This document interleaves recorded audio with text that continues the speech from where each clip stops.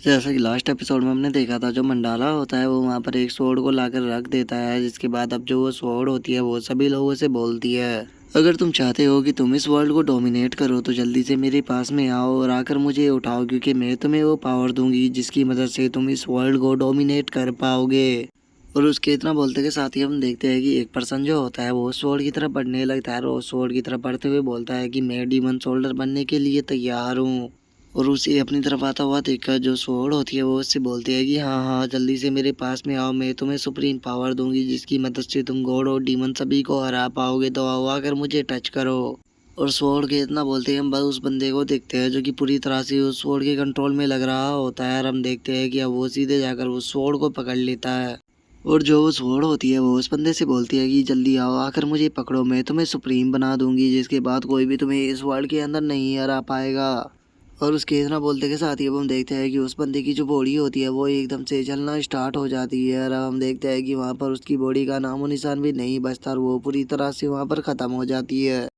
जो देखते के साथ ही अब जो मंडाला होता है वो हंसते हुए सभी लोगों से बोलता है कि ये कोई नॉर्मल स्वॉर्ड नहीं है, बल्कि ये जो डीमन सोल्ड है तियान जूता ये उसकी स्पिरिट है, जिसके अंदर की यहाँ पर जो हेल फायर है वो भरी हुई है। अगर यहाँ पर कोई भी नॉर्मल पर्सन इसे छूने की कोशिश करेगा तो वो मारा ही जाएगा, इसे केवल वही उठा सकता है जो कि इसकी पावर को झेलने के लायक हो। तो इसीलिए जो भी इस फायर को यहाँ पर कंट्रोल करने में कामयाब हो गया वही इस स्वॉर्ड का न्यू ओनर बन जाएगा, तो इसीलिए जल्दी से और आकर अपने लक को आजमाओ। और मंडाला की इस बात को सुनकर जो एक उसका बंदा होता है वो मंडाला से बोलता है कि बॉस मैं इस पावर को पाने में बिल्कुल भी इंटरेस्टेड नहीं हूँ, लेकिन मैं ये जानना चाहता हूँ कि आखिर जो ये मैजिक वेपन है ये टूटा हुआ क्यों है। जो सुनते के साथ ही अब जो मंडाला होता है वो एक हुक की मदद से जो स्वॉर्ड होती है उसे पकड़ने लगता है और उसे पकड़ते हुए बोलता है कि तुम्हारा जो क्वेश्चन था वो काफ़ी अच्छा था, तो इसे तुम खुद ही पकड़ कर चाहे क्यों नहीं कर लेते कि जो ये स्वॉर्ड है ये क्यों टूटी हुई है। और इतना बोलकर हम देखते हैं कि जो मंडाला होता है वो उस स्वॉर्ड को उठाकर सीधे उसी बंदे के हाथों में फेंक देता है, जो देखकर उस बंदे को इससे पहले कि कुछ समझ में आता हम देखते हैं कि जो उसकी पूरी बॉडी होती है वो भी वहाँ पर जलकर डिस्ट्रॉय हो जाती है। जो देखता ही है वहाँ पर जो लोग मौजूद होते हैं वो भागना शुरू कर देते हैं और वो भागते हुए बोलते हैं कि जिंदा रहना चाहते हो तो जल्दी से यहाँ से भागो। और वे इतना बोलकर वहाँ से भाग ही रहे होते हैं, तभी हम देखते हैं कि मंडाला जो होता है वो उन लोगों के सामने आ जाता है और उन लोगों के सामने आते हुए बोलता है कि मेरी बिना परमिशन के यहाँ पर कोई भी बाहर निकल कर नहीं जा सकता। तुम लोगों को यहाँ पर अपनी वफादारी साबित करने का मौका मिला है, तो इसीलिए यहाँ पर अपनी वफादारी को साबित करो और मुझे दिखाओ कि आखिर तुम में से कौन है जो कि इस पावर को पाने के लायक है। और उसके इतना बोलते ही हम देखते हैं कि वहाँ पर जितने भी लोग मौजूद होते हैं वे सभी के सभी मारे जा चुके होते हैं, जो देखकर मंडाला को भी अब गुस्सा आ जाता है और वो गुस्से में बोलता है कि शिट, यहाँ पर कोई भी इस स्वॉर्ड को कंट्रोल नहीं कर पाया, यहाँ पर सभी के सभी लोग मारे गए। इस सोल को यहाँ पर कंट्रोल करने के लिए एक परफेक्ट बॉडी की ज़रूरत है, बिना परफेक्ट बॉडी मिले इस स्वॉर्ड को कोई भी कंट्रोल नहीं कर पाएगा, अगर वो कंट्रोल करने की कोशिश करेगा तो वो मारा ही जाएगा।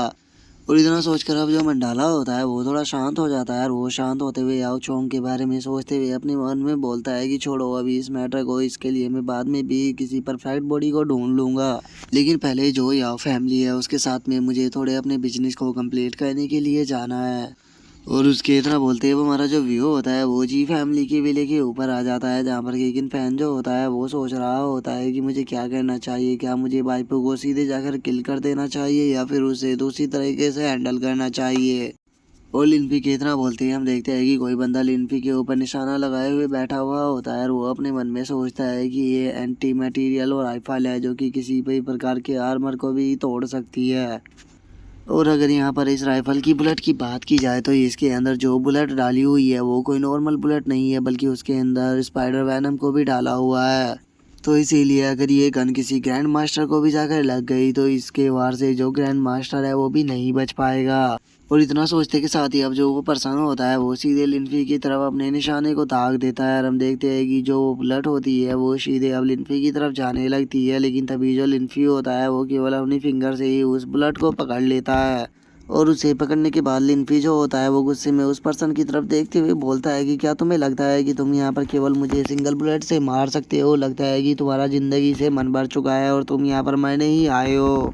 तो चलो फिर अगर तुम्हारी ऐसी ही ख्वाहिश है तो तुम्हारी ख्वाहिश को पूरा किया जाए, जो तुमने मुझे दिया है उसे तुम्हें ही वापस लौटा दिया जाए। और इतना बोलते के साथ ही जो लिन्फी होता है वो उस बुलेट को उसी की तरफ शूट कर देता है और हम देखते हैं कि उसकी स्पीड इतनी ज़्यादा होती है कि वो उसके हाथ को चीरते हुए निकल जाती है, जिस कारण अब जो वो बंदा होता है वो दर्द के मारे चिल्लाने लगता है और वो चिल्लाते हुए बोलता है कि आखिर ये इतना ज़्यादा फास्ट कैसे हो सकता है, और इसने जो बुलेट फेंकी थी सच में वो तो राइफल से भी ज़्यादा तेज थी। और इतना बोलते बोलते ही हम देखते हैं कि जो वो बंदा होता है वो वहाँ पर पेड़ से नीचे गिर जाता है और जो लिन्फी होता है वो अब उसके सामने आते हुए उससे बोलता है कि क्या तुम्हें यहाँ पर जो बाई फैमिली है उसने मुझे मारने के लिए भेजा था। जो सुनते के साथ ही अब जो वो बंदा होता है वो लिन्फी से माफ़ी मांगते हुए बोलता है कि मास्टर लिन्फी प्लीज़ मुझे माफ़ कर दीजिए, क्योंकि जो मेरा कज़न बाइपू है उसने ही मुझे यहाँ पर आपको मारने के लिए फोर्स किया था। उसने मुझसे कहा था कि अगर मैं यहाँ पर आपको नहीं मारूंगा तो वो मुझे मार देगा, तो इसीलिए प्लीज़ मुझे माफ़ कर दीजिए, क्योंकि मैं इस चीज़ को कहने के लिए मजबूर था। जो सुनकर लिन्फी जो होता है वो उसके कंधे के ऊपर हाथ रखते हुए उसे बोलता है कि ठीक है, अगर ऐसी बात है तो मुझे बाइपू की लोकेशन के बारे में बताओ, जिसके बाद हो सकता है कि मैं तुम्हें यहाँ से जिंदा जाने दूँ। जो सुनते के साथ ही अब जो बंदा होता है वो घबराते हुए लिन्फी से बोलता है कि आखिर तुम उसे क्यों ढूंढ रहे हो। जो सुनकर अब जो लिन्फी होता है वो उससे बोलता है कि ठीक है, मेरी एक बात का जवाब दो, अगर कोई तुम्हारी वाइफ को मारने की कोशिश करे, यहाँ तक कि तुम्हारे भाई के बेटे को भी मारने की कोशिश करे, जो तुम्हारी वाइफ की बेस्ट फ्रेंड है उसे भी मारने की कोशिश करे, और इन द एंड वो तुम्हें भी मारने के लिए लोगों को भेज दे, तो तुम बात उसके साथ क्या करोगे। जो सुनकर अब जो वो बंदा होता है वो गुस्से में लिन्फी से बोलता है कि ऑफ कोर्स मैं उसे जान से मार दूंगा। जो सुनते ही अब लिन्फी भी जो होता है वो गुस्से में उससे बोलता है कि तो मैं भी तो वही सेम कर रहा हूँ, चुपचाप मुझे बताओ कि बाइपू कहाँ पर है। जो सुनते के साथ ही अब जो वो बंदा होता है वो लिन्फी को बताता है कि जो बाइफू है वो अभी बाई फैमिली के अंदर नहीं है, वो हॉलीडे के मनाने के लिए गया हुआ है, क्योंकि उससे डर था कि तुम उसे ढूंढ लोगे। जो सुनते के साथ ही अब जो लिन्फी होता है वो उसकी फोरहेड के ऊपर अपने किसी अटैक को करते हुए बोलता है कि ठीक है, तो अब तुम मेरे किसी भी काम के नहीं रहे, तो अब तुम मरने के लिए तैयार हो जाओ। और लिन्फी के इतना बोलते ही हम देखते हैं कि जो वो बंदा होता है वो वहाँ पर बूढ़ा होना स्टार्ट हो जाता है और वो चिल्लाते हुए लिन्फी से बोलता है कि नहीं नहीं, तुम ऐसा नहीं कर सकते, तुमने मुझसे वादा किया था कि तुम मुझे जिंदा जाने दोगे।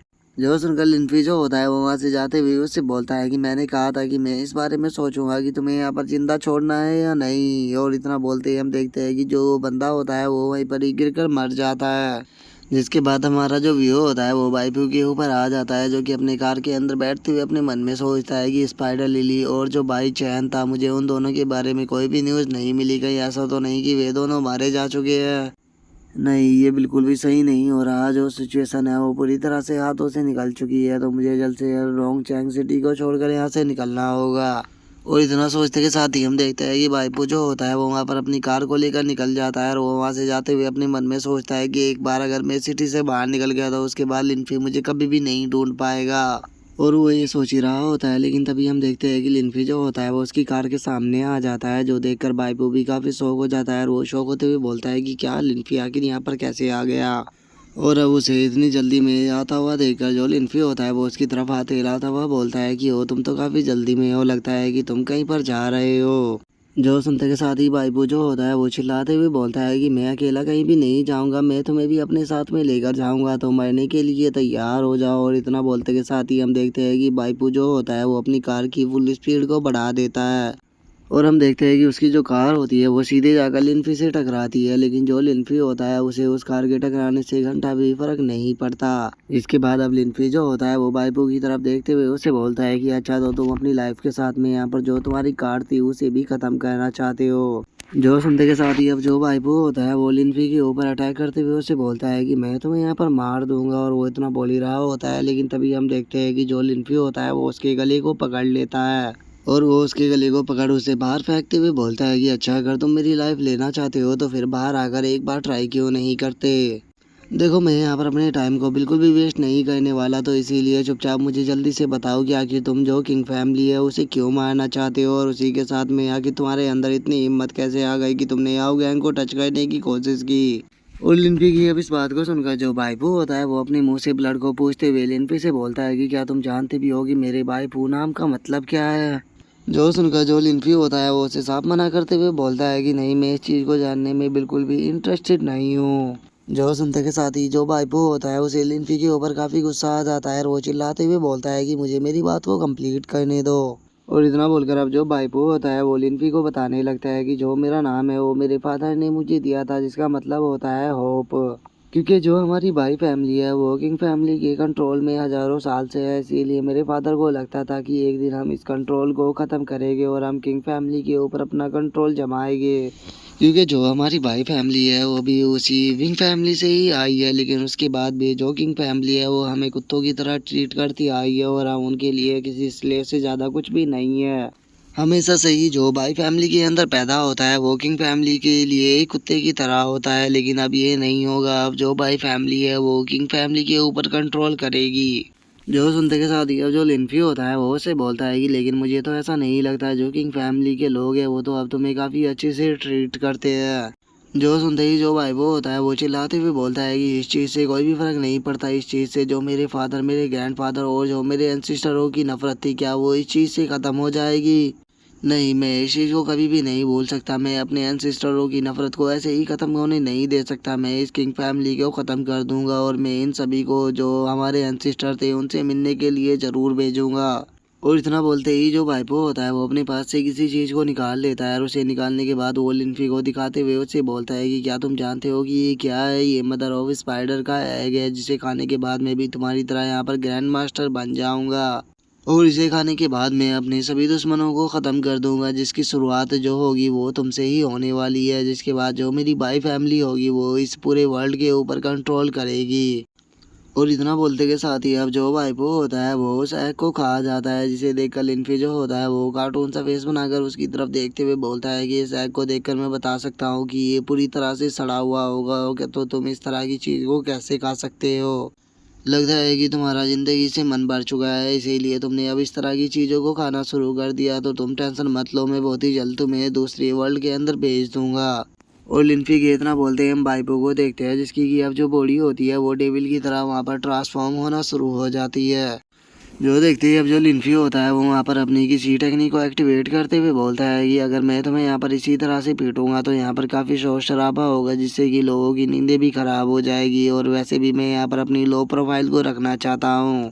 तो इसीलिए मुझे लगता है कि तुम्हारे साथ में मुझे जो फाइट है वो काफ़ी शांति के साथ में करनी होगी। और इतना बोलते ही हम देखते हैं कि जो लिनफी होता है वो वहाँ पर अपनी एक शील्ड को बना देता है।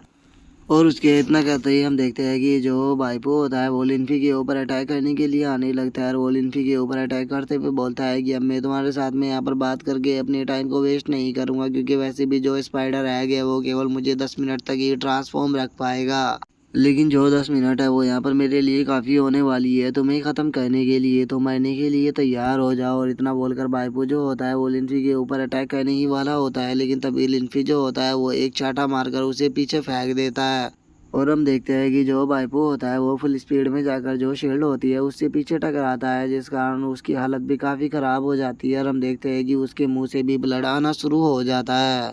जिसके बाद अब लिनफी जो होता है वो वाइपो की तरफ आने लगता है और वाइपो के पास में आने के बाद अब वो उसके हाथ को पकड़कर उसे वहाँ से खींच कर ले जाते हुए बोलता है कि मैं यहाँ पर अपने टाइम को वेस्ट नहीं करना चाहता, क्योंकि मुझे तुम्हें यहाँ पर नहीं मारना। मैं चाहता हूँ कि पहले जो बाई फैमिली है वो तुम्हारी इस हालत को देखे, लेकिन चूंकि अभी जो तुम्हारा साइज़ है वो काफ़ी ज़्यादा बड़ा हो चुका है, तो इसीलिए मैं यहाँ पर तुम्हें कार के अंदर तो नहीं लेके जाने वाला, तो इसीलिए तुम्हें कार के ऊपर ही लेट कर जाना होगा। और उसके इतना बोलते के साथ ही अब जो वाइपो होता है वो लिनफी से बोलता है कि तुम आखिर इतने ज़्यादा पावरफुल कैसे हो सकते हो, और दूसरी बात मुझे वाई फैमिली के अंदर लेकर मत जाओ, क्योंकि 10 मिनट बाद तो मैं वैसे भी मरने ही वाला हूँ। जो सुनकर अब जो लिनफी होता है वो कार्टून सा फेस बनाते हुए उससे बोलता है कि टेंशन मत लो, तुम यहाँ पर नहीं मरने वाले, क्योंकि जब तक मैं यहाँ पर हूँ कोई भी तुम्हारी सोल लेने के लिए नहीं आ पाएगा। जो सुनकर हम देखते हैं कि वाइपो के मुंह से भी ब्लड आने लगता है और वो चिल्लाते हुए बोलता है कि क्या यहाँ पर मेरी कोई सोल ही लेने नहीं आएगा। और उसके इतना बोलते ही हम देखते हैं कि वहाँ पर दो पर्सन आ जाते हैं, जिनमें से एक पर्सन बोलता है कि क्या ये पर्सन मर चुका है। तभी दूसरा पर्सन बोलता है कि वो मर तो चुका है, लेकिन क्या तुम उसकी सोल को लेने के लिए जाओगे? तभी दूसरा बंदा बोलता है कि नहीं, मैं तो बिल्कुल भी नहीं जाने वाला। जो सुनकर पहले वाला बोलता है कि ठीक है, तो फिर अभी ये नहीं मरा, चलो हम दोनों वापस चलते हैं। जिसके बाद हमारा जो व्यू होता है वो बाई फैमिली के ऊपर आ जाता है, जहाँ पर कि लिनफी जो होता है वो सीधे आकर बाई फैमिली का जो गेट होता है उसके अंदर कार को मारता है,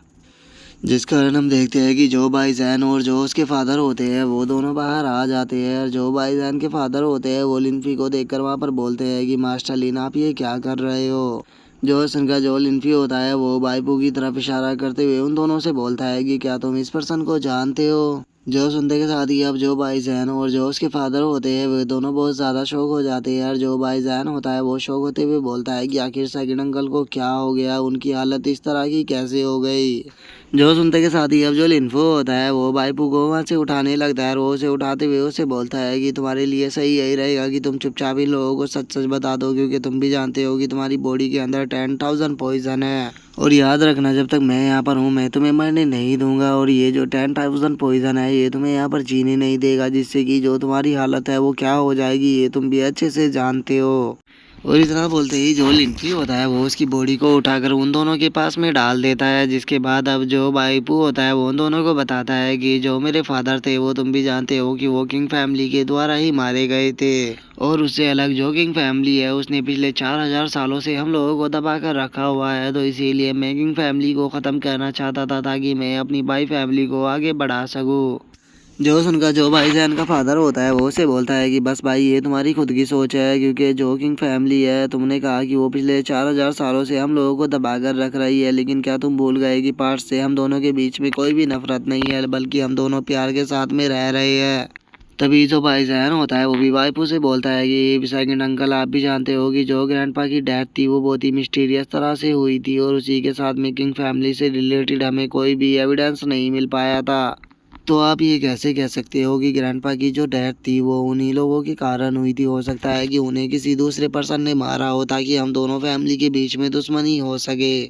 और इतना बोलकर अब जो भाईजान होता है वो लिनफी के सामने झुकते हुए उसे बोलता है कि मास्टर मैं मानता हूँ कि मेरे जो सेकंड अंकल है उन्होंने बहुत बड़ी गलती की है और वो यहाँ पर मरना डिजर्व करते हैं, लेकिन प्लीज़ उसके बाद भी मैं आपसे चाहता हूँ कि आप मेरे सेकंड अंकल को एक जीने का एक मौका दो। जो सुनते ही अब लिनफी जो होता है वो गुस्से में भाईजान से बोलता है कि तुम चाहते हो कि मैं इसे यहाँ पर जीने का एक मौका दूँ, लेकिन क्या तुम नहीं जानते कि इसने जी फैमिली और किंग फैमिली के साथ में क्या किया है?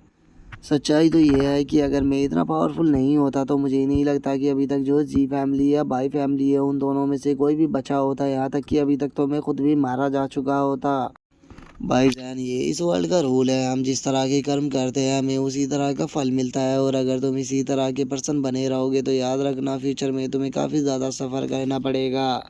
और उसके इतना बोलते हैं अब हम भाईजान के फादर को देखते हैं जो कि वहाँ पर अपने अटैक को रेडी कर लेता है, और वो अपने अटैक को रेडी करते हुए बोलता है कि मेरे बेटे यहाँ पर अपने मास्टर को तुम एम्बेरस फील मत कराओ, क्योंकि मेरे भाई ने यहाँ पर जो क्राइम किया है इसे माफ़ नहीं किया जा सकता है। इस क्राइम की केवल एक ही सज़ा है, मौत। और इतना बोलते ही हम देखते हैं कि भाईजान का जो फादर होता है वो वहीं पर ही बाइपू के ऊपर अटैक कर उसे ख़त्म कर देता है। और उसे मार देने के बाद अब जो भाईजान का फादर होता है वो लिनफी से बोलता है कि मास्टर ली ने इस मैटर के अंदर जॉन जॉन भी इन्वॉल्व थे, या जिसने भी बाइपू का साथ देने की कोशिश की है, आप टेंशन मत लो, मैं उन सभी को मार दूंगा। लेकिन इस चीज़ के लिए आपको मुझे थोड़ा टाइम देना होगा, क्योंकि पहले मुझे अपने भाई की जो बॉडी है वो एंसेस्टर लैंड के ऊपर लेकर जानी होगी वहाँ पर, ताकि इसे शांति मिल सके। जो सुनकर अब लिनफी जो होता है वो वहाँ से जाने लगता है, और वहाँ से जाते हुए उससे बोलता है कि ठीक है तो इस मैटर को मैं तुम्हारे ऊपर छोड़ता हूँ, और हाँ तुम्हारे लिए यहाँ पर एक और काम है, तुम्हें जो सेक्रीफाइस रिंग है उसे ढूंढना होगा, क्योंकि जो सेक्रीफाइस रिंग है वो मदर ऑफ स्पाइडर को कंट्रोल कर सकती है, और मुझे लगता है कि जो तुम्हारे भाई ये थे उन्हें उसे आसपास में ही कहीं छुपाया होगा। जो सुनकर भाईजान का फादर भी ठीक है बोल देता है, जिसके बाद अब जो लिनफी होता है वो भाईजान के फादर की तरफ देखते हुए अपने मन में सोचता है कि इस बंदे ने यहाँ पर अपने भाई को ही मार दिया, यहाँ तक कि उसे मारने से पहले इसने एक बार भी नहीं सोचा। सच में ये जो बंदा है ये बहुत ज़्यादा ही रूथलेस है, और मुझे लगता है कि पक्का इस बंदे के दिमाग के अंदर कुछ ना कुछ चल रहा है, और ये उल्टी सीधी हरकत ज़रूर करेगा।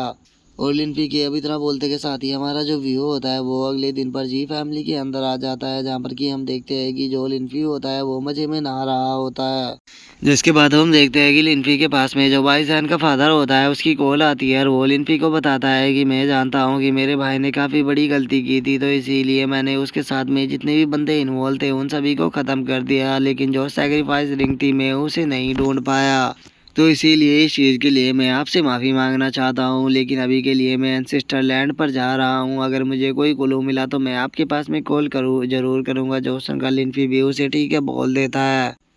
और ओके बोलने के बाद लिनफी जो होता है वो अपने मन में सोचता है कि मुझे फील हो रहा है कि ये बंदा पक्का वहाँ पर जाकर कुछ ना कुछ तो गड़बड़ करेगा।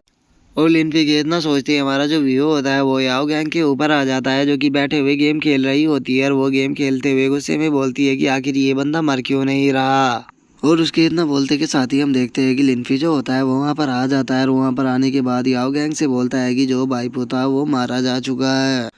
लेकिन हम देखते हैं कि जो याओ गैंग होती है वो लिनफी की बात के ऊपर ध्यान नहीं देती है। और वो चिल्लाते हुए बोलती है कि जो मारा गया वो मारा गया, लेकिन आखिर ये जो गेम के अंदर बंदा है ये मेरे हाथों से क्यों नहीं मर रहा। जो सुनकर लिनफी जो बेचारा होता है वो कार्टून सा फेस बनाते हुए अपने मन में सोचता है कि इसने तो मुझे यहाँ पर पूरी तरह से इग्नोर ही कर दिया।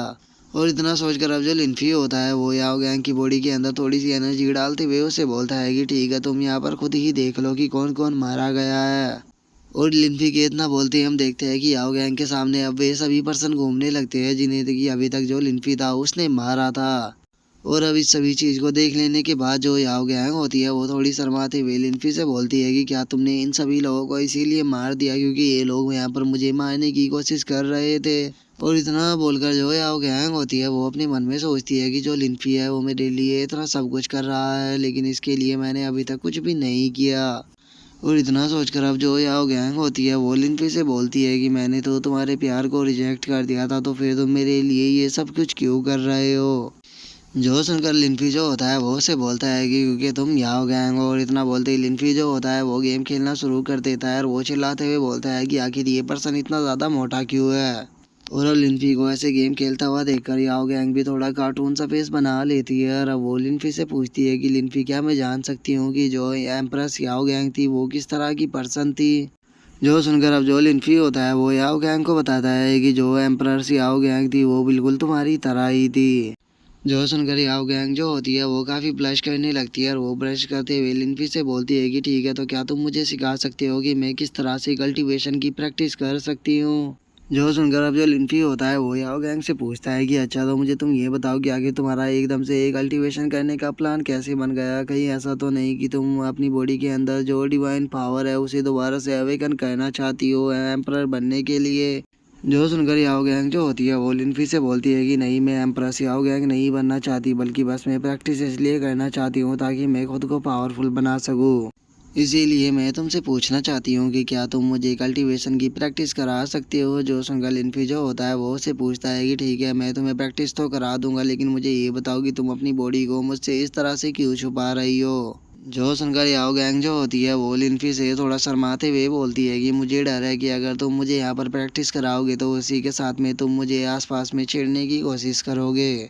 और याओ गैंग की इस बात को सुनकर लिनफी जो होता है वो याओ गैंग से बोलता है कि नहीं मैं इस तरह का पर्सन नहीं हूँ, तुम मेरे ऊपर यकीन कर सकती हो। अगर तुम किसी दिन मेरे सामने अपने कपड़ों को निकाल कर बेड पर भी लेट जाओ तो उसके बाद भी मैं बिना तुम्हारी मर्जी के तुम्हें टच भी नहीं करूँगा। और ये जो मेरे शब्द है ये पूरी तरह से सच है। और अगर फ्यूचर में मैं अपने इन शब्दों से पीछे हटने की कोशिश करूँ तो जो हेवन है वो मुझे पनिश करे और वो मेरे ऊपर लाइटिंग को गिराकर मुझे वहीं पर ही ख़त्म कर दे। जो सुनकर याओ गैंग जो होती है वो लिनफी से बोलती है कि ठीक है तो क्या अब तुम मुझे सिखा सकते हो कि मैं कैसे खुद को पावरफुल बना सकती हूँ, क्योंकि मैं तुम्हारे ऊपर अब ज़्यादा दिनों तक बोझ नहीं बनना चाहती, मैं खुद को प्रोटेक्ट करना चाहती हूँ। और उससे अलग मैं जो एम्प्रेस याओ गैंग है वो नहीं बनना चाहती, मुझे बस मेरी तरह ही रहना है। तो क्या तुम इस तरह में मेरी कोई मदद कर सकते हो। जो सुनता कर अब जो लिनफी होता है वो अपने मन में सोचने लगता है कि जो याओ गैंग थी वो केवल 2000 साल तक ही जी थी, लेकिन उसके बाद भी सभी गॉड्स उसकी रिस्पेक्ट किया करते थे क्योंकि उसकी जो टेक्निक थी वो इतने ज़्यादा पावरफुल थी। और चूंकि जो याओ गैंग है वो खुद ही एम्परर याओ गैंग है तो इसीलिए मुझे नहीं लगता कि इसके लिए कोई भी प्रॉब्लम होने वाली है दोबारा से कल्टीवेशन करने के लिए, बस इसे थोड़ी सी यहाँ पर मदद की ज़रूरत है। और इतना सोचकर अब जो लिनफी होता है वो याओ गैंग से बोलता है कि ठीक है अगर तुमने कल्टीवेशन के मन को बना लिया है तो ठीक है मैं तुम्हारी यहाँ पर मदद करूँगा, जल्दी से अपने कपड़ों को उतारो। जो सुनकर याओ गैंग जो होती है वो काफ़ी ज़्यादा सरप्राइज हो जाती है। और उसे ऐसे सरप्राइज होता हुआ देखकर लिनफी जो होता है वो उसे बोलता है कि क्या हुआ, जल्दी से अपने कपड़ों को उतारो, क्या तुम्हें कल्टीवेशन की प्रैक्टिस नहीं करनी। जो सुनकर याओ गैंग जो होती है वो काफ़ी शर्माने लगती है और हम देखते हैं कि उसका चेहरा भी लाल पड़ जाता है। और वो लिनफी से बोलती है कि हाँ मैं प्रैक्टिस करना चाहती हूँ, लेकिन मुझे ये तो बताओ कि तुम मेरे कपड़े क्यों उतरवा रहे हो। जो सुनकर लिनफी जो होता है वो उसको बताता है कि तुम नॉर्मल लोगों से भी ज़्यादा कमज़ोर हो, तो इसीलिए मुझे तुम्हारे जो बॉन्स हैं उन्हें प्योरीफाई करना होगा। अगर मैं ऐसा नहीं करता तो तुम वॉलिन को भी अपनी पूरे लाइफ टाइम में नहीं हरा पाओगी। जो सुनकर जो याओ गैंग होती है वो लिनफी से बोलती है कि अच्छा तो तुम कहना चाहते हो कि मुझे अगर अपने मसल्स और बोन्स को रिलैक्स करना है तो उसके लिए मुझे अपने कपड़ों को उतारना होगा। जो सुनकर लिनफी भी उसे हाँ बोल देता है। जो सुनकर याओ गैंग जो होती है वो उससे बोलती है कि ठीक है तो मैं इस चीज़ के लिए तैयार हूँ, लेकिन पहले तुम अपने मुंह को दूसरी तरफ करो। जो सुनकर लिनफी भी उसे ठीक है बोल देता है और हम देखते हैं कि याओ गैंग अपने कपड़े उतारने लगती है और वहीं जो लिनफी होता है वो मुँह फेर कर खड़ा हो जाता है। जिसके बाद अब हम देखते हैं कि याओ गैंग जो होती है वो अपने सभी कपड़ों को उतार देती है ऊपर की, और वो लिनफी से बोलती है कि ठीक है मैं तैयार हूँ, तुम शुरू ही कर सकते हो। और इतना बोलकर वो अपने मन में सोचती है कि पता नहीं मुझे ऐसा क्यों फील हो रहा है कि ये यहाँ पर अपने शब्दों पर नहीं रहेगा। और उसकी इतना सोचती है, अब जो लिनफी होता है वो उससे बोलता है कि ठीक है तो मैं स्टार्ट कर रहा हूँ। और इतना बोलकर वो अपने मन में सोचता है कि मुझे पता नहीं क्यों ऐसा फील हो रहा है कि पहले मैंने बढ़ाई बढ़ाई में जो बड़े बड़े शब्द बोले थे अब वे पूरे नहीं हो पाएंगे, क्योंकि मैं तो अपने ऊपर कंट्रोल ही नहीं कर पा रहा। और इतना सोचते ही जो लिनफी होता है वो उसके बोन्स को प्योरीफाई करना शुरू कर देता है। और वो उसके बोन्स को प्योरीफाई करते हुए उससे बोलता है कि देखो कल्टीवेशन आसान नहीं होती, उसके लिए सबसे ज़्यादा ज़रूरी होता है कि अपनी कल्टीवेशन को अटेंशन देना। जो सुनकर याओ गैंग जो होती है वो लिनफी से पूछती है कि क्या तुम श्योर हो कि कल्टीवेशन कर कर जो नॉर्मल इंसान होते हैं वो इमोर्टल बन सकते हैं। और इतना बोलकर हम देखते हैं कि वो वहाँ पर आह ऊ की आवाज़ें निकालने लगती है। जिसके बाद अब हम गेट के बाहर खड़ी हुई मोलिंग को देखते हैं, जिससे कि याओ गैंग की इस तरह की आवाज़ें आने लगती है। और वो अपने मन में सोचती है कि आगे जो सिस्टर याओ गैंग है वो क्या कर रही है जो कि इस तरह की आवाज़ें आ रही है। और इतना सोचकर अब जो मोलिंग होती है वो गेट को खोलते हुए याओ गैंग से पूछती है कि सिस्टर याओ गैंग क्या हुआ, तुम ठीक तो हो ना। और इतना बोलकर जैसे ही वो सामने का नज़ारा देखती है वो बहुत ज़्यादा शौक हो जाती है, क्योंकि याओ गैंग ने अपने सभी कपड़े उतारे हुए होते हैं। और इसे देखते के साथ ही अब जो मोलिंग होती है वो माफ़ी मांगते हुए गेट को बंद कर देती है। और वो अपने मन में सोचती है कि जो सिस्टर याओ गैंग और जो मास्टर लीन है ये दोनों कोई ऑर्डिनरी पर्सन नहीं है, ज़रा देखो तो ये तो दिन में ही शुरू हो गए। और उसके इतना सोचते ही हम देखते हैं कि अंदर से और भी ज़्यादा आहू की आवाज़ें आने लगती है। जो देखकर अब जो मोलिंग होती है वो अपने मुंह को छुपाकर वहाँ से जाते हुए बोलती है कि नहीं नहीं मैं इन आवाज़ों को ज़्यादा देर नहीं सुन सकती, मैं यहाँ से जा रही हूँ। और उसके इतना बोलते के साथ ही अब हमारा जो व्यू होता है वो शाम को एक माउंटेन के ऊपर आ जाता है, जहाँ पर कि हम भाई जैन के फादर को देखते हैं जो कि अपने हाथों में किसी चीज़ को लेकर जा रहा होता है। और वो जाते हुए बोलता है कि सेकंड ब्रदर बहुत ही जल्द हम घर पहुँचने वाले हैं। और इतना बोलकर हम देखते हैं कि वो वहाँ पर रोने लगता है और वो रोते हुए बोलता है कि जो मेरा भाई था वो एक ग्रैंड मास्टर बनने वाला था, लेकिन ज़रा देखो तो आज ये बस यहाँ पर एक धूल की मिट्टी बनकर रह गया है। और इतना बोलते बोलते ही हम देखते हैं कि अब वो एंसेस्टर लैंड पर पहुंच चुका होता है। वहां पर पहुंचने के बाद वो बोलता है कि लो सेकंड ब्रदर हम अपने घर पर आ गए। सेकंड ब्रदर जो हमारा एंसेस्टर लैंड है यहाँ पर ग्रीन फ्लैग भी है और क्लैन फ्लैग भी है, लेकिन यहाँ पर वाइट फ्लैग नहीं है। और गाइस मैं यहाँ पर आपको बता दूँ यहाँ पर वाइट फ्लैग का मतलब शांति से है, क्योंकि जो वाइट होता है वो शांति का प्रतीक होता है। और भाई सुन के इतना बोलते ही हम देखते हैं कि वहाँ पर एक ओल्ड मैन आने लगता है जो कि इनके क्लैन का ग्रैंड एल्डर होता है। और वो वहाँ पर आते हुए जो बाइसुन होता है उससे पूछता है कि बाइसुन आखिर तुम यहाँ पर क्यों आए हो। जो सुनते के साथ ही जो बाइसुन होता है वो उदास होते हुए उससे बोलता है कि जो मेरा भाई था वो गेम हार गया, इसीलिए वो मारा गया, तो इसीलिए मैं उसकी सोल की शांति के लिए यहाँ पर एक सेरेमनी रखना चाहता हूँ। जो सुनकर जो ग्रैंड एल्डर होता है वो बाइसुन से बोलता है कि ये काफ़ी दुख की बात है कि गेम की वजह से बाई फैमिली का जो मैन मेंबर था वो मारा गया, लेकिन तुम टेंशन मत लो, इसकी सोल की शांति के लिए मैं यहाँ पर सेरेमनी ज़रूर रखूँगा। और गाइज मैं यहाँ पर आपको बता दूं कि ये जो ओल्ड मैन है ये बाई फैमिली और जो किंग फैमिली है दोनों का ही ग्रैंड एल्डर है, क्योंकि आपको पता ही होगा कि ये दोनों एक ही फैमिली से बिलोंग करते हैं। और ग्रैंड एल्डर की बातों को सुनकर हम देखते हैं कि जो भाई सुनो होता है वो वहाँ पर सेक्रीफाइस रिंग को निकाल लेता है। और सेक्रीफाइस रिंग को निकालने के बाद वो ग्रैंड एल्डर से बोलता है कि ग्रैंड एल्डर ठीक है आप सेरेमनी की तैयारी करो, मैं जो वाइन है उन्हें चेक करने के लिए जा रहा हूँ कि वे सभी ठीक तो है ना। और इतना बोलते के साथ ही हम देखते हैं कि जो भाई सोनू होता है वो एक जगह पर आ जाता है जहाँ पर कि काफ़ी सारी वाइनें रखी हुई होती है। और वो उन वाइनों को खोल कर देखते हुए बोलता है कि हाँ ये काफ़ी अच्छी वाइन है। और इतना बोलते के साथ ही जो बाइजुन होता है वो उन वाइन्स के अंदर जो 100,000 पॉइजन होता है उसे डालने लगता है। और उसे डालते हुए बोलता है कि चलो तो इन वाइन्स की जो पावर है उसे थोड़ा और बढ़ा देते हैं। और उसके इतना बोलते ही हमारा व्यू जो होता है वो ग्रैंड एल्डर के ऊपर आ जाता है, जो कि सभी को वाइन का कप देने के बाद उन लोगों से बोलता है कि जैसा कि तुम्हें पता ही है कि जो भाईपू है वो किसी कारण से मारा गया है, तो इसीलिए उसकी सोल की शांति के लिए हम इस सभी ने ये सेरेमनी रखी है, तो सभी लोग वाइन पियो। जो सुनते के साथ ही हम देखते हैं कि वहाँ पर सभी लोग वाइन पीने लगते हैं, लेकिन बाइसुन जो होता है वो वाइन नहीं पीता। और अब हम देखते हैं कि सभी लोग जो होते हैं वो ज़मीन पर गिरने लगते हैं और वे गिरते हुए बोलते हैं कि इस वाइन के अंदर तो पॉइजन था। तभी हम वहाँ पर एक बच्चे को देखते हैं जो कि अपनी माँ के पास में जाके बोलता है कि मदर क्या हुआ, आप खून की उल्टी क्यों कर रहे हो। और उससे अलग हम एक और बंदे को देखते हैं जो कि बाइसुन के पास में आते हुए बोलता है कि पता नहीं क्या हो रहा है, मुझे ऐसा लगता है कि मेरी बॉडी के अंदर पॉइजन है, प्लीज़ मेरी मदद करो। और उसके इतना बोलते ही हम ग्रैंड एल्डर को देखते हैं जिसे कि पता लग चुका होता है कि ये सब कुछ बाइसुन ने किया है। और वो बाइसुन के ऊपर चिल्लाते हुए बोलता है कि बाइसुन आखिर तुम ये कर क्या रहे हो, क्या तुम यहाँ पर पागल हो चुके हो। और उसके इतना बोलते के साथ ही अब हम देखते हैं कि जो बाइसुन होता है वो सीढ़ियों से चढ़कर ऊपर जाने लगता है। और वो ऊपर जाते हुए बोलता है कि तुम सभी लोग तो बहुत ही पहले मारे जा चुके हो, क्या तुम्हें नहीं पता कि मैंने अपने खुद के भाई को ही अपने हाथों से मारा है।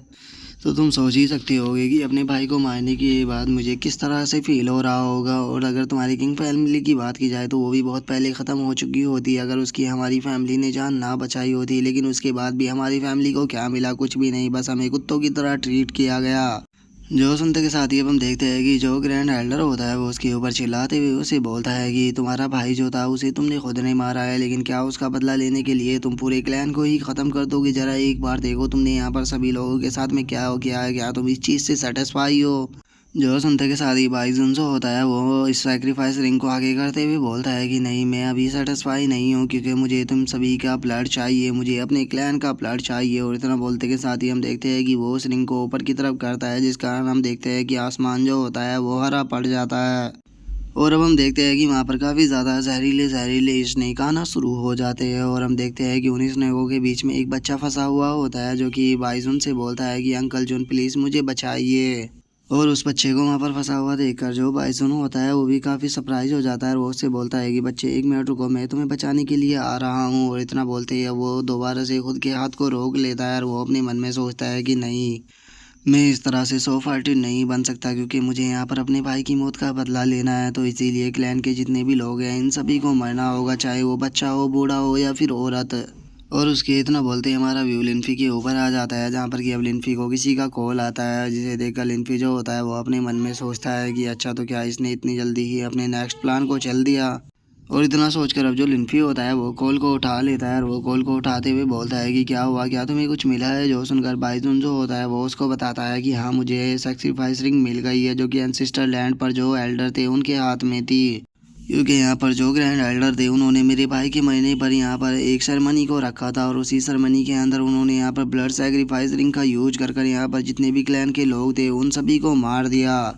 और सैक्रिफाइस रिंग का यूज करने के कारण जो उनकी पावर थी वो बहुत ज़्यादा थी, तो इसीलिए मैं उनका सामना नहीं कर पाया। तो इसीलिए मैंने आपको कॉल किया है कि मास्टर लिन, क्या आप प्लीज़ हमारे एंसेस्टर लैंड के ऊपर आ सकते हो,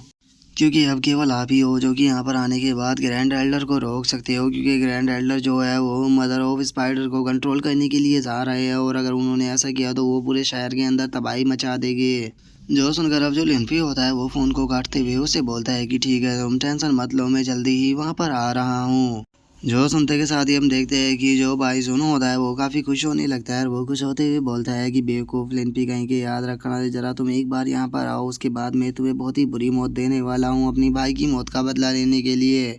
और उसके इतना बोलते ही हमारा व्यू दोबारा से लिनफी के ऊपर आ जाता है जो कि भाईजान के ऊपर कॉल करते हुए बोलता है कि भाईजान, मैंने तुमसे कहा था कि तुम अपने फादर के ऊपर नज़र रखना, एक काम करो, जल्दी से अपने जीपीएस को एक्टिवेट करो और अपने फादर की लोकेशन को ट्रैक करो। और लिनफी की इस बात को सुनकर भाईजान जो होता है वो भी काफ़ी शौक हो जाता है और वो शौक होते हुए लिनफी से बोलता है कि मास्टर लिनफी, क्या मेरा फादर जो है वो कुछ गड़बड़ करने वाला है। जो सुनकर लिनफी उससे बोलता है कि तुम खुद ही इस बारे में जल्दी ही पता लगा लोगे।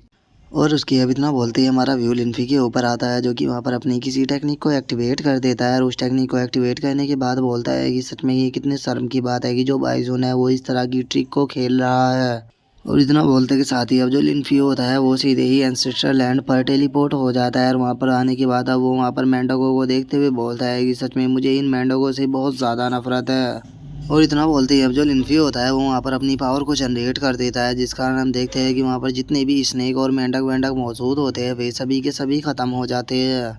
जिसके बाद अब जो लिनफी होता है उसे वहाँ पर जो ग्रैंड एल्डर और बाकी के लोगों के स्केलेटन पड़े होते हैं वो नज़र आने लगते हैं, जिन्हें देखकर लिनफी बोलता है कि क्या ये इसी क्लैन के लोगों के स्केलेटन है। और इतना बोलकर अब जो भाई जहन होता है वो गुस्से में वापस से जाने लगता है और वो गुस्से में जाते हुए बोलता है कि जिस तरह का भाई जहन है मुझे इन लोगों से बहुत ज़्यादा नफरत है। और लिनफी के इतना बोलते के साथ ही हम एक जीपीएस को देख पाते हैं जहाँ पर कि एक कार जो होती है वो दूसरी कार का पीछा कर रही होती है। और अब हमें पता लगता है कि ये कार किसी और की नहीं बल्कि भाई जैन की है। और अब जो भाई जैन होता है वो अपने मन में सोचता है कि फादर आखिर आप क्या करने की प्लानिंग कर रहे हो। नहीं फादर, जो गलती अंकल ने की मैं आपको वो गलती बिल्कुल भी करने नहीं दूंगा, चाहे कुछ भी क्यों ना हो जाए, चाहे मुझे अपनी जान भी क्यों ना देनी पड़ जाए, लेकिन मैं यहाँ पर आपको रोक कर रहूँगा। और उसके इतना बोलते ही हम बाइसुन को देखते हैं जो कि हंसते हुए अपने मन में सोचता है कि मदर ऑफ स्पाइडर बस थोड़ी देर और इंतजार करो, मैं जल्दी ही तुम्हारे पास में आ रहा हूँ। और वो इतना सोच ही रहा होता है, लेकिन तभी हम देखते हैं कि बाइसैन की जो कार होती है वो सीधे आकर बाइसुन की कार को वहाँ पर ठोक देती है। जो देखते के साथ ही अब जो बाइसुन होता है वो अपनी कार के दरवाजे को तोड़ते हुए बाहर आकर अपने मन में सोचता है कि लगता है कि अब मुझे यहाँ से पैदल ही जाना होगा। और भाईजान के इतना सोचते के साथ ही हम देखते हैं कि पीछे से जो भाईजान होता है वो भी कार से निकल कर आ जाता है। और वो अपने फादर के सामने आते हुए उसे बोलता है कि फादर आखिर आप कहना क्या चाह रहे हो, जो ये सैक्रिफाइस रिंग है ये आपके हाथ में क्या कर रही है। जो सुनकर भाईजुन जो होता है वो इविल सा फेस बनाते हुए बोलता है कि एंसेस्ट्रल लैंड के ऊपर जितने भी लोग थे मैंने उन सभी को मार दिया है, इसीलिए मेरा गोल कंप्लीट हो चुका है इस सैक्रिफाइस रिंग को पूरी तरह से चार्ज करने का। और अपने फादर की इस बात को सुनकर हम देखते हैं कि भाईजान को भी काफ़ी गुस्सा आने लगता है। और वो गुस्से में अपने फादर से बोलता है कि फादर आखिर आपने ऐसा क्यों किया, क्योंकि आप भी जानते हो कि एंसेस्टर लैंड पर काफ़ी औरतें बच्चे और बूढ़े भी थे। जो सुनते ही अब जो भाईजान होता है वो हंसते हुए उससे बोलता है कि आखिर तुम मुझसे इस तरह का सवाल कर क्यों रहे हो, अगर मैं ऐसा नहीं करता तो फिर मैं अपने सेकंड भाई का बदला कैसे ले पाता। मैं कभी भी ये करना तो नहीं चाहता था, लेकिन चूंकि मेरे भाई का ये सपना था मरने से पहले, तो मैं अब उसका ये सपना पूरा ज़रूर करूँगा। मैं किंग फैमिली को पूरी तरह से डिस्ट्रॉय कर दूंगा, जिसके बाद जो भाई फैमिली है वो ही पूरी तरह से कंट्रोल करेगी।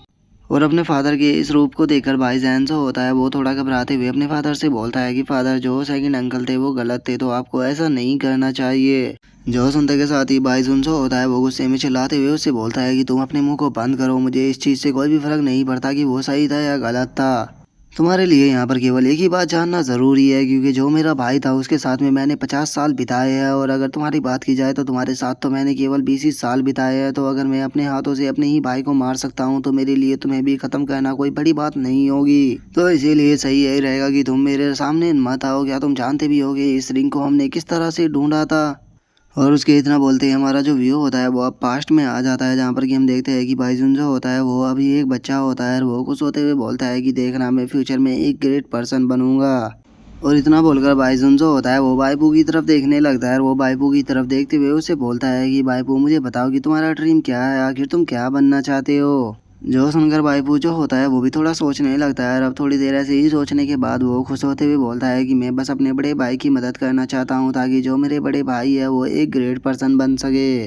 और इतना बोलते के साथ ही अब हमारा जो व्यू होता है वो परसेंट में आ जाता है, जहाँ पर कि अब जो भाई जुन होता है वो अपने बेटे को बताता है कि जो ये सेक्रीफाइस रिंग थी ये मुझे वेयर हाउस के अंदर मिली थी, और जब ये मुझे मिली तो मैं एक चीज़ समझ गया कि मुझे ग्रेट पर्सन बनने की कोई भी ज़रूरत नहीं है, मुझे तो बस मेरे भाई की ज़रूरत है। लेकिन चूंकि अब मेरा भाई मर चुका है तो अब मुझे किसी भी चीज़ से कोई भी फ़र्क नहीं पड़ता। तुम्हारे लिए सही यही रहेगा कि तुम पीछे हट जाओ, क्योंकि तुम्हारे पास में वो स्किल नहीं है जो कि मुझे रोक सके। और वैसे भी मैं यहाँ पर पहले ही अपने भाई को खो चुका हूँ, तो इसीलिए मैं तुम्हें नहीं खोना चाहता, तो मेरे रास्ते में दोबारा मत आना। और अपने फादर की इस बात को सुनकर अब जो भाई जैन होता है वो अपने फादर से बोलता है कि फादर मैं आपका बेटा हूँ, तो मैं इस तरह से आपको मरने नहीं दे सकता, क्योंकि आप भी जानते हो कि लिनफी जो है वो बहुत ज़्यादा पावरफुल है, और अगर आप इसी रास्ते पे चलते रहे तो वो आपको मार देगा। तो इसीलिए चाहे मुझे अपनी जान भी देनी पड़ जाए, लेकिन मैं आपको ज़रूर रोकूंगा। और अब भाईजान के इतना बोलते के साथ ही हम देखते हैं कि भाईजान जो होता है वो उसके ऊपर अटैक करने के लिए आने लगता है। और वो उसके ऊपर अटैक करते हुए बोलता है कि लगता है कि तुम मेरी बात को इस तरह से नहीं समझोगे।